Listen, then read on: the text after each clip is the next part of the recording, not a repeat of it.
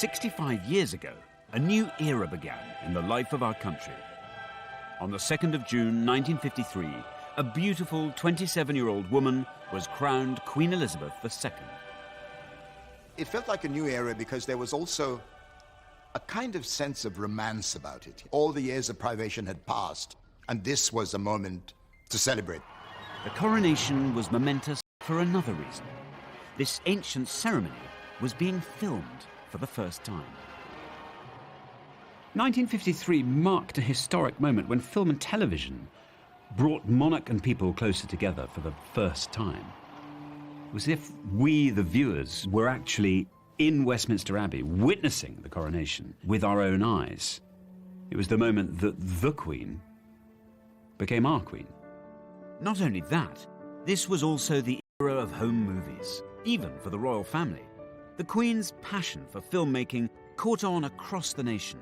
People filmed their own local celebrations, creating priceless records of an historic day. We've scoured the archives across the UK to find the very best footage.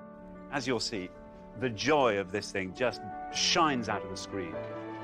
To celebrate the 65th anniversary of the coronation, we're going to see these amazing films and hear from royal insiders who played a crucial role on the Queen's big day. I remember how glamorous the Queen looked, this radiant figure. The Queen turned round and said, "Shall we go, girls?" 1953 marked the beginning of a new and closer relationship with the royal family. This was the Queen's coronation, but it was also the people's coronation. In my eyes, it was wonderful and the most spectacular day of my life.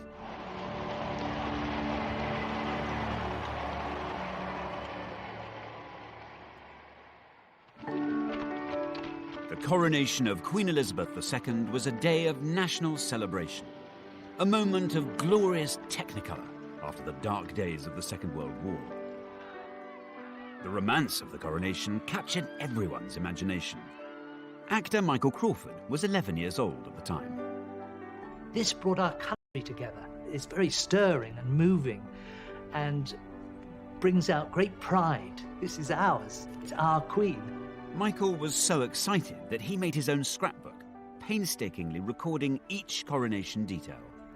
Everything I could find in the newspapers, I cut out. Beautifully done. It was obviously a passion. Look, that is pure Hollywood. But that is my favourite photo. This was the beginning of this amazing dedication of her life to this country. But this moment of national euphoria followed a moment of profound national sorrow. The heart of the nation stops. The flags lower in tribute as the news spreads. The king is dead. King George VI's unexpected death, at the age of only 56, sent shockwaves across Britain and the Commonwealth. The news was greeted with dismay, as far away as Trinidad in the Caribbean, where broadcaster Trevor MacDonald grew up. I remember the day the king died, and it was announced in a fairly kind of solemn but abrupt way.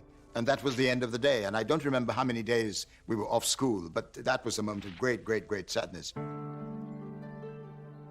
Britain and its Commonwealth were in mourning, but few felt the loss more keenly than Princess Elizabeth. She'd always been devoted to her father. The king is laid to rest, and the majesty of death ends with a family beginning its life anew. A young queen takes over the burden of monarchy. At the age of only 25, Elizabeth had to cope with new responsibilities.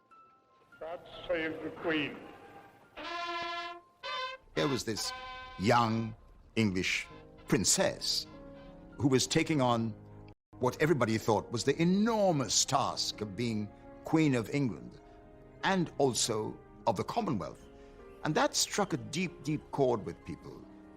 Everyone wanted a sunny day for the coronation, and after consulting meteorologists, it was decided that June the 2nd, 1953, was the best bet.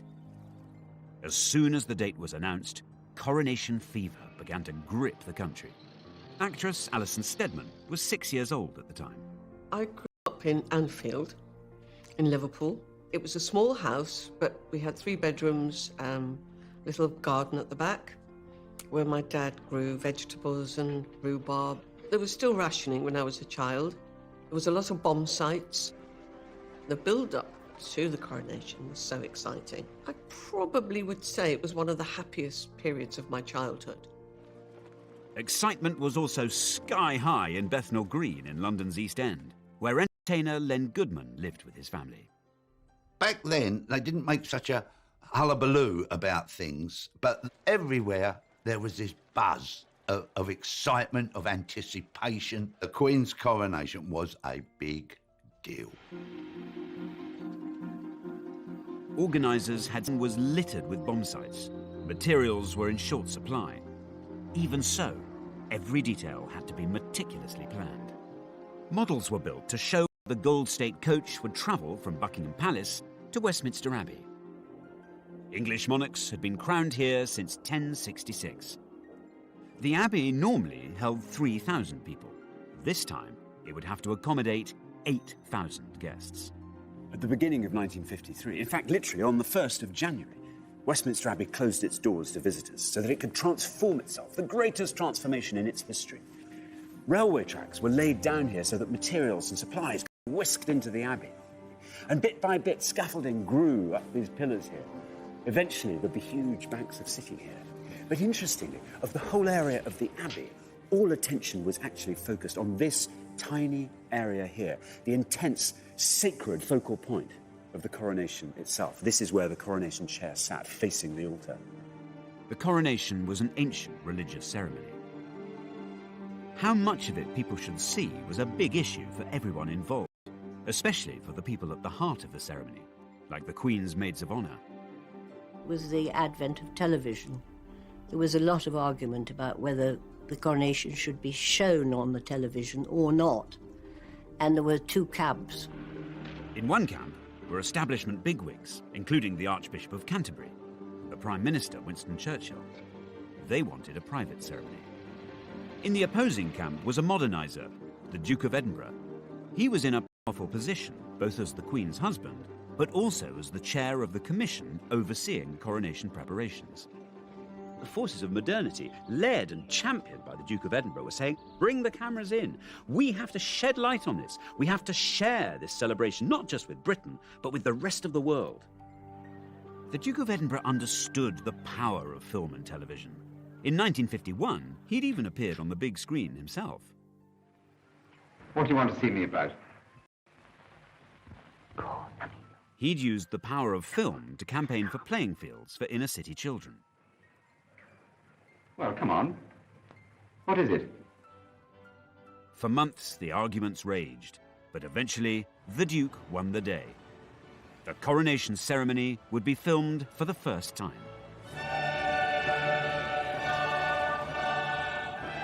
It was nothing less than a royal revolution. The Queen's coronation was one of the most dazzling events ever staged. You know, seeing a crown with those jewels on and those clothes and the golden carriage, it was... The sense that these were exciting times. Newspapers called it the new Elizabethan age. We were looking to the future.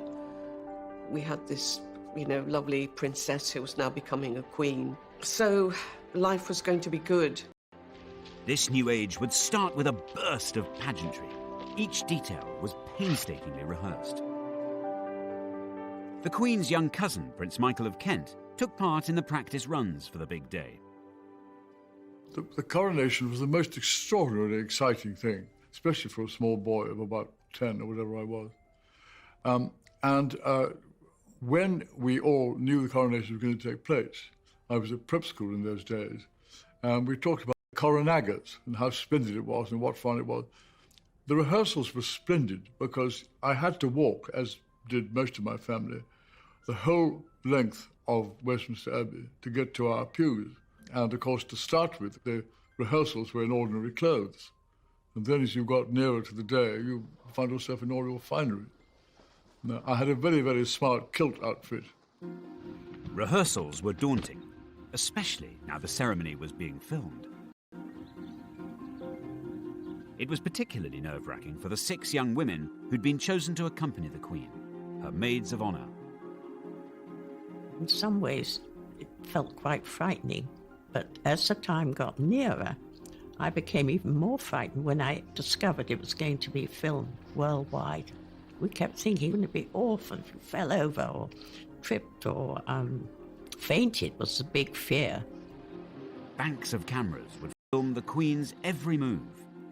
One of the cameramen in Westminster Abbey was 27-year-old Sidney Samuelson. Sidney had a critical mission.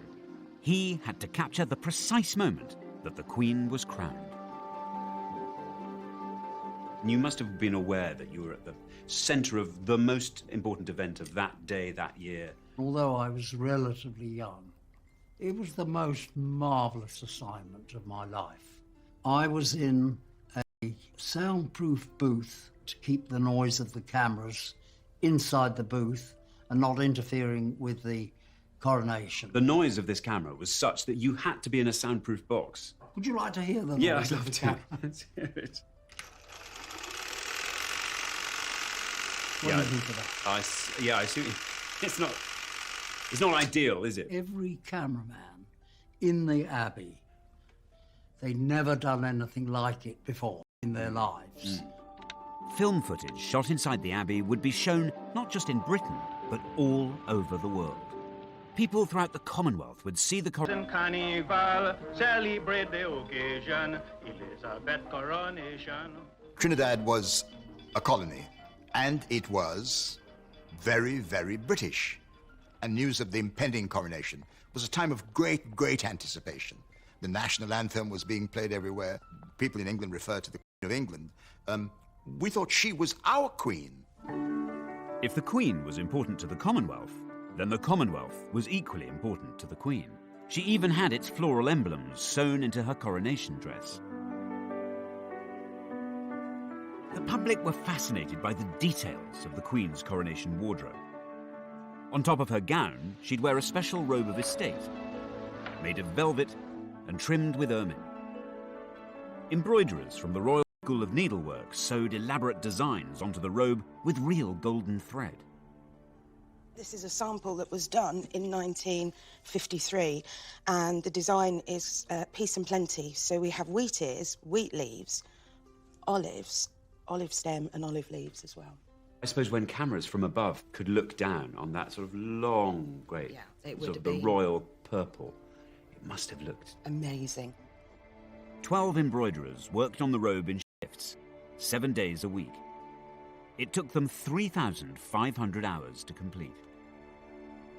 So, Mandy, can I have a go? Do you trust Yes, me to do definitely. it? What I've chosen for you to have a go at is actually, we call it cut work. Yeah, first of all, if you pull the gold right the way down to the bottom, there you are, so it sits snugly on the velvet. And then take your needle down in position the other side. And down it goes. Once you've been doing it quite a while, the needle will come up exactly where you want.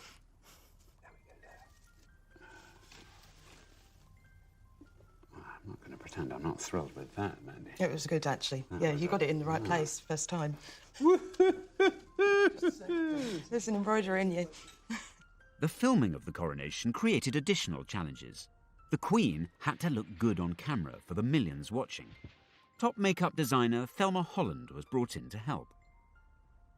My mother had to get samples of the red robe that the Queen was going to wear on her way to the Abbey and the purple robe of estate that she was going to wear after the coronation, and produce the makeup and, much more important than anything else, the lipstick that she was going to wear, which would clash with neither and match both. Too dark and she would have looked almost ghoulish, too red and it would then have clashed with the purple coronation robe after the event. So it had to be, it was a very, very fine balance. And this was the famous sum through something like 12 different trials with the cosmetic chemist to find exactly the right tone. But I think she did a good job. And if you look at the colour films of the time, there doesn't appear to be a clash. Most people would be watching not in glorious Technicolor, but in grainy black and white. In the 14 months leading up to the coronation, the number of TV licenses rocketed by 1 million. The age of mass television had dawned. We were the only home in the street that had a television. It was purchased specially for the coronation. I think it was a 14-inch. And it had two knobs. One was the off and on, and I don't think we ever discovered what the other knob was for. It was, oh no, don't touch that knob. Don't touch that. And you got this terrible grainy picture, you know, like you're looking through a fog. There's nothing now that's a gadget or whatever that would equal the excitement of this television coming in to our house. Other newfangled devices were capturing the imagination. As Coronation Day approached, home movie cameras were all the rage. People began filming the build-up to their local celebrations.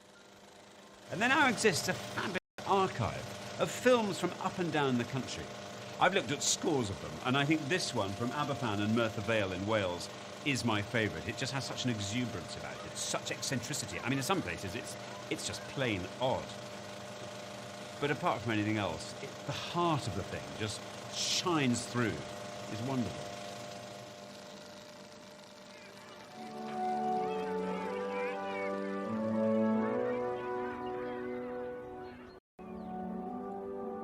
The Welsh mining village of Aberfan has had more than its fair share of tragedy. In 1966, the village suffered a terrible disaster when a primary school was engulfed by a huge landslide. More than 100 children died.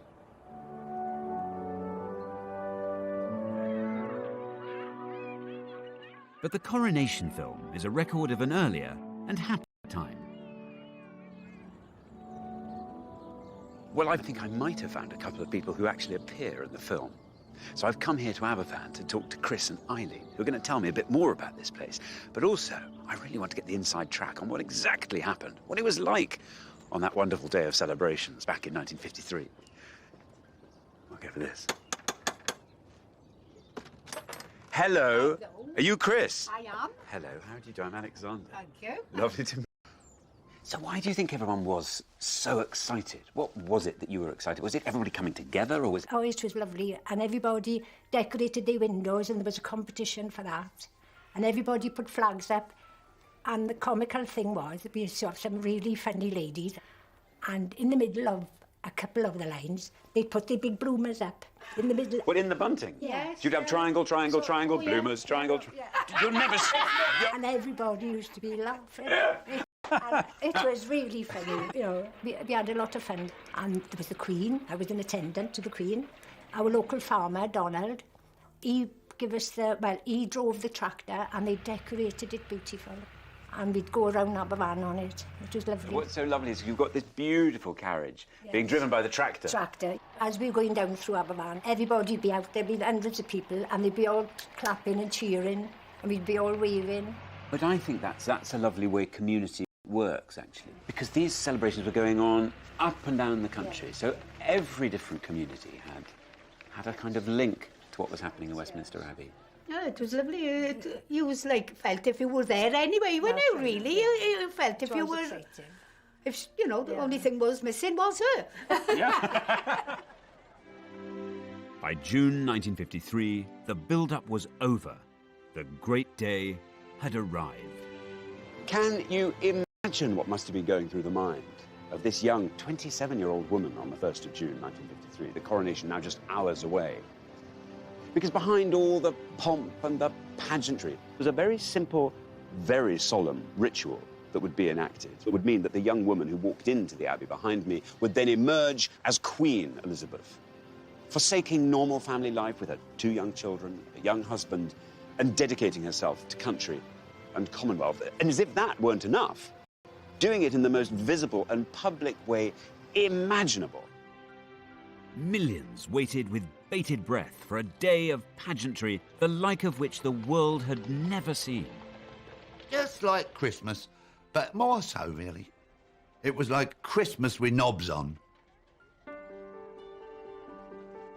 The 2nd of June 1953, Coronation Day, had arrived. But not for the first time, or the last. The weather forecasters had got it wrong.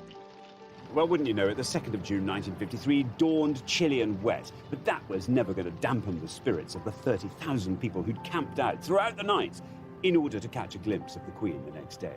And then throughout the morning, hundreds of thousands of others flooded into London, because by mid-morning there were 3 million people here in central London to witness this event for themselves.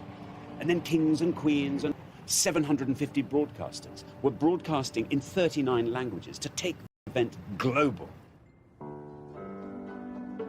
For millions of children, the countdown was over.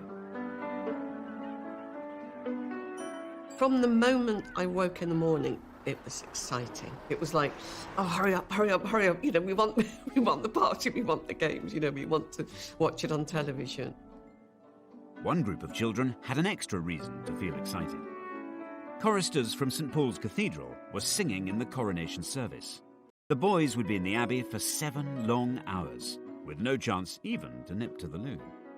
We were given sandwiches, and they were peanut butter and marmalade in the same sandwich. So hang on, and these were partly to keep your pangs of hunger at bay, and also somehow to blot you up. Well, mind you, we did have cast iron bladders in those days, I think. I'm certain you did. Scaffolding pipes came in very handy with our feeding, because, of course, we had banana skins.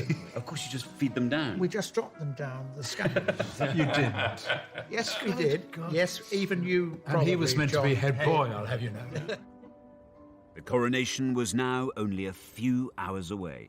In Buckingham Palace, the Queen was making her final preparations.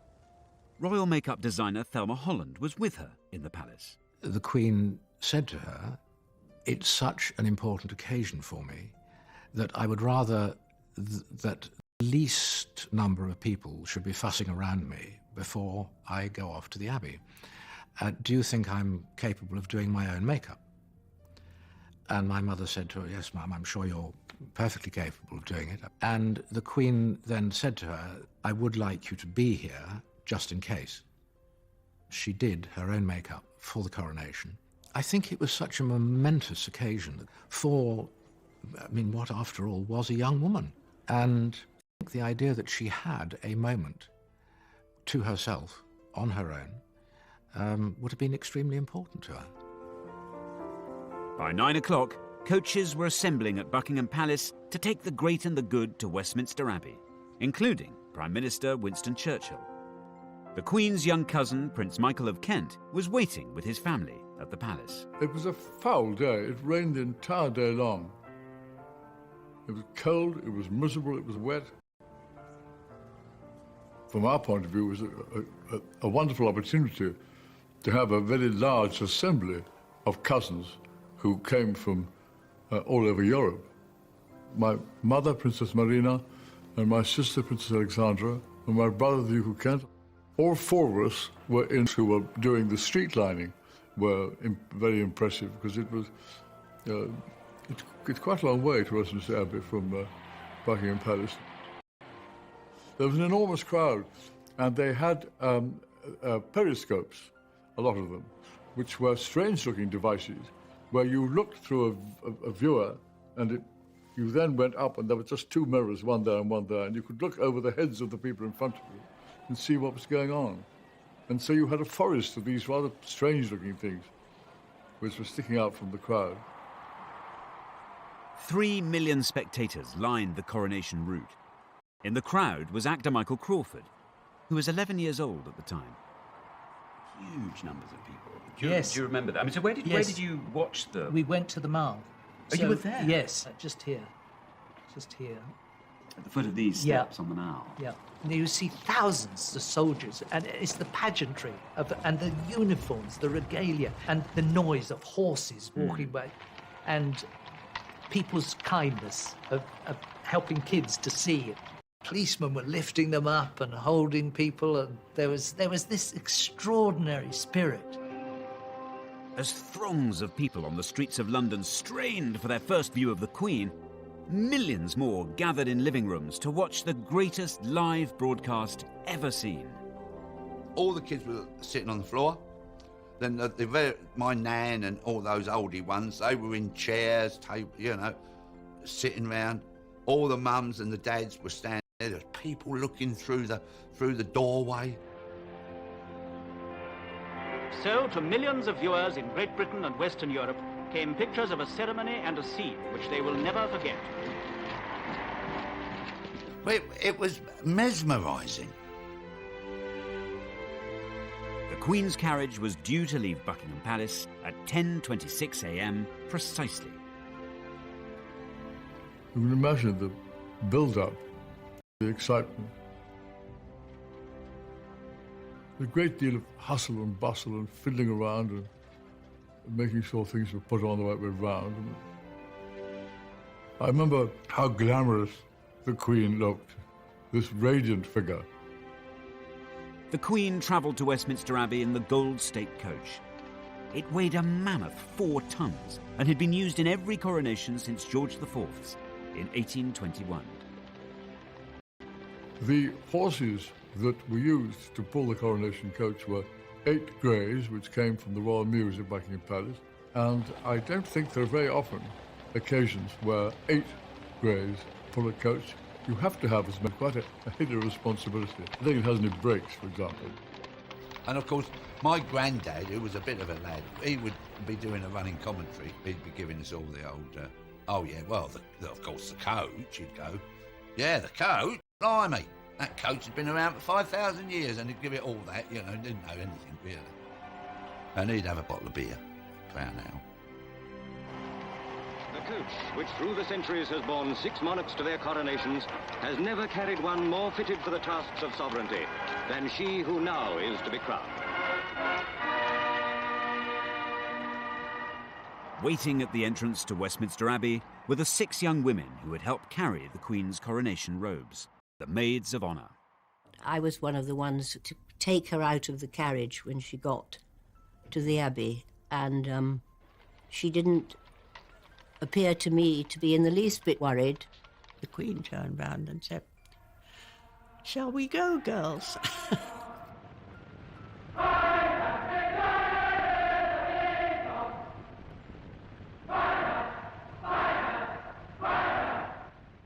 It's just dazzling. The colours were so beautiful, mainly scarlet and, of course, white for the ermine, and women had all had their best jewellery on, and tiaras, and beautiful music. And whenever I hear that music, I feel, you know, pricking in the eyes and catching in the throat.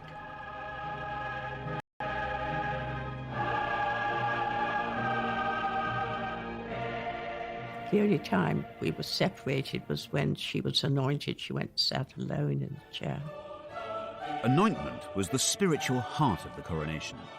This sacred ritual dated back 3,000 years. The monarch's head, hands and chest would be crossed with holy oil.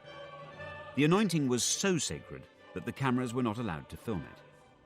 And here, in the most mysterious of the rites of coronation, the Archbishop anoints her with holy oil and consecrates her to her great office. A gold canopy was held above the Queen, shielding her from view. To me, it was incredibly moving because she was giving up her life. She looked vulnerable and young, and one felt that she was taking on a huge burden. Once they'd done that, they put on her robes again, and then the crowning took place. Filming the crucial moment when the crown was placed upon the Queen's head was the shot assigned to cameraman Sidney Samuelson. The last and grandest symbol of all to see. I knew that that was the key shot, so I prepared for it. And I wound up both springs to their maximum. When I got to the end of this, it was fully wound, just before I heard the spring broke. The only time in my whole experience I ever had a spring go was in the Abbey on Coronation Day. Isn't that ridiculous? Down on the floor of the Abbey, trouble was also brewing for the Maids of Honour. One of my friends, Anne Connor, she felt very faint. I felt something moving against my back, and I thought, goodness, what's happening here? Then I realised Anne was slipping down. We wore long gloves, and we had smelling salts concealed so that you could just pop them if you felt you were going to faint. So she was lifted up by the others and supported. And soon after that, we went into the vestry, where the Archbishop produced a bottle of brandy, and Anne had a little swig. He said, "This'll do you good." Meanwhile, cameraman Sidney Samuelson was trying to save the day. There was no way I could repair a spring, but I had brought a spare camera body, and I just managed to get it all fixed, and the door closed, and I switched on, and I got the shot that they wanted. The climax of the ceremony has arrived, when the Archbishop gently sets this splendid emblem on the Queen's head. Oh, here we go. Oh, now we're cooking on gas. Yes. Oh, everybody would go into a hush now. Here comes the crown. Straight. Oh, up he goes. Gently, Bentley.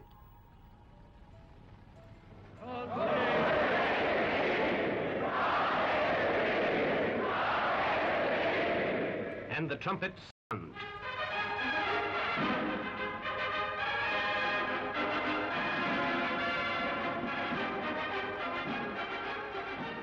Among the lay lords, the first to declare himself is her own husband, Philip, Duke of Edinburgh. Rising, he kisses the Queen's cheek and touches the Queen's crown in token of his readiness to help her bear its burden. In 1953, however, there wasn't just one Queen being crowned, there were dozens. Replica coronation ceremonies were held in towns and villages across the country. In the Mud Queen. Now then, so much to ask you about. Tell me all about your coronation here in Blackburn in 1953. How did it come about? How were you chosen? They collected all the names. Yeah. And the names of the kids that were for fairies and all the rest of it. And they put them in this big barrel. And then it's like a sort of tombola, all the names. Christina's big day was captured in beautiful colour film. It's a record of the pride which Blackburn took in its royal celebrations. In the weeks leading up to the coronation, a local schoolmistress put Queen Christina and her entourage through their paces. What happened in the rehearsals? What were you taught? everything. I taught you how to weave and... Show me your wave. That's the wave. Have I got it right? Oh no, I haven't got the. No, I've not nothing. Oh right, three. God, I'm not sure. I couldn't be queen. Can't. And she had you waving. What else did she get you to do? Walking up the stairs. What? In... I'd walk up the stairs regally. Regally. So when it got to the day, I mean, were you? You must have been really nervous. Yeah, well, we're getting quite excited about it. Yeah. How many people were there? Oh, there were hundreds here. And then this is the proclamation. Oh, look at that. There it is. The townsfolk and good neighbours of Blackburn are desirous of having a queen to rule over them in matters of joy and festivity during her reign of office. Therefore, it is now appointed that she be crowned Gala Queen in the presence of her subjects who will pledge their loyal devotation and willing service. I could do with more of this queen stuff. I hope you took them up. I hope you took them up on it. You had become the queen, really, hadn't you? Yes. Your job was to go out and you now had to go off and Yes. shake people's hands Yeah. and... You're the queen for a day. Blackburn's film shows how local communities shared in the national celebrations hundreds of miles away in London. The televising of the coronation helped to forge a new and closer relationship between the Queen and her people. I think us all sitting there and talking about it made you feel more a part of the whole thing. But to all intents and purposes, I know we're sitting in E3, but we are watching Westminster Abbey. We're watching it. You know, we're there. Wonderful. With the official coronation over, Britain was about to have the most almighty celebration.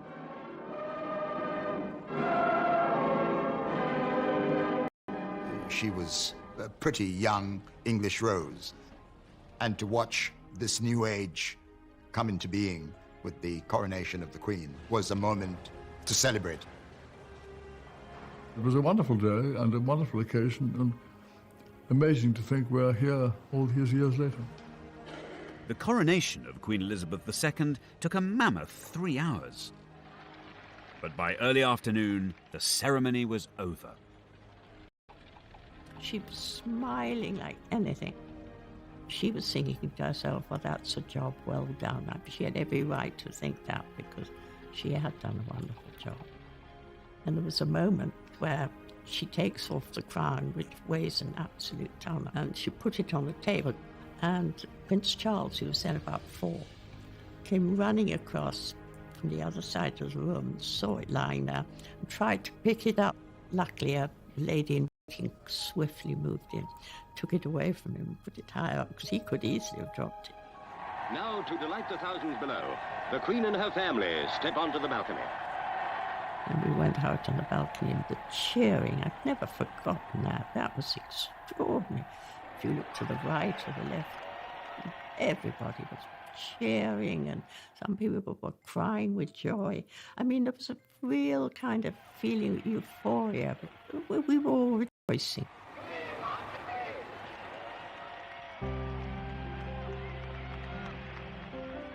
Coronation Day in Buckingham Palace had formally ended.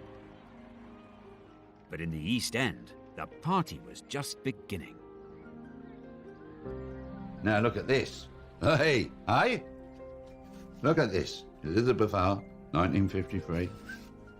That is the photograph of the kids in Bethnal just before we get sat down to the banquet.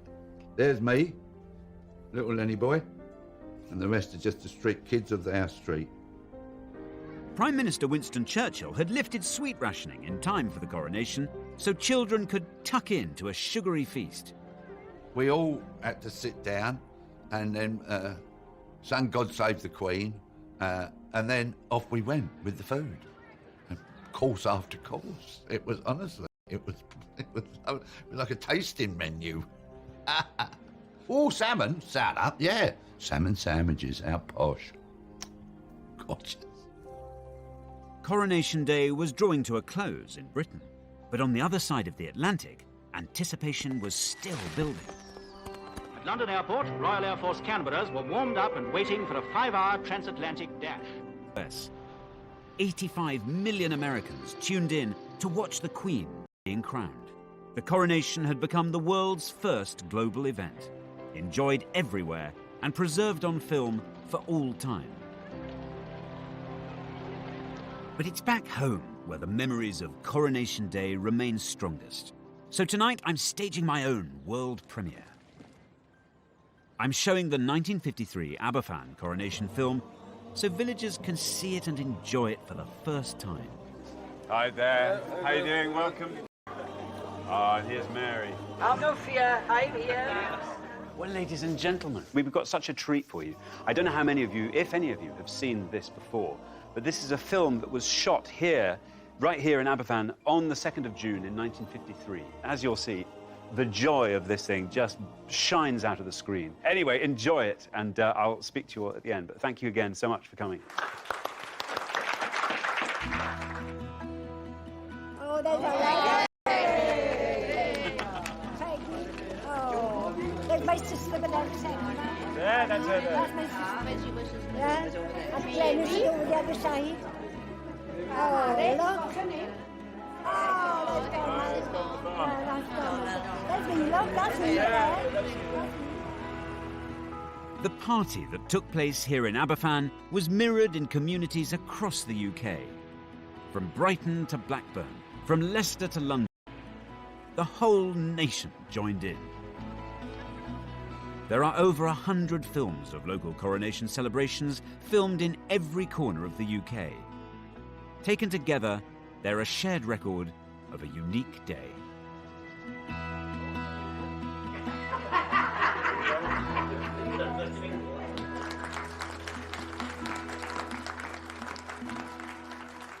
Now, splendid, solemn and glorious though everything happening in Westminster Abbey was, it occurs to me that something even more magical was happening up and down the country. Communities were taking this as their signal, just to fling their souls into something so joyous, unabashed joy, of a kind that you still feel the warmth emanating down the years. It's 65 years later now, and of course the world has changed. But one thing I've found up in Blackburn, here in Aberfan, is that that strong sense of community that was brought alive by events such as the Coronation is still alive and strong, and that is surely something to celebrate.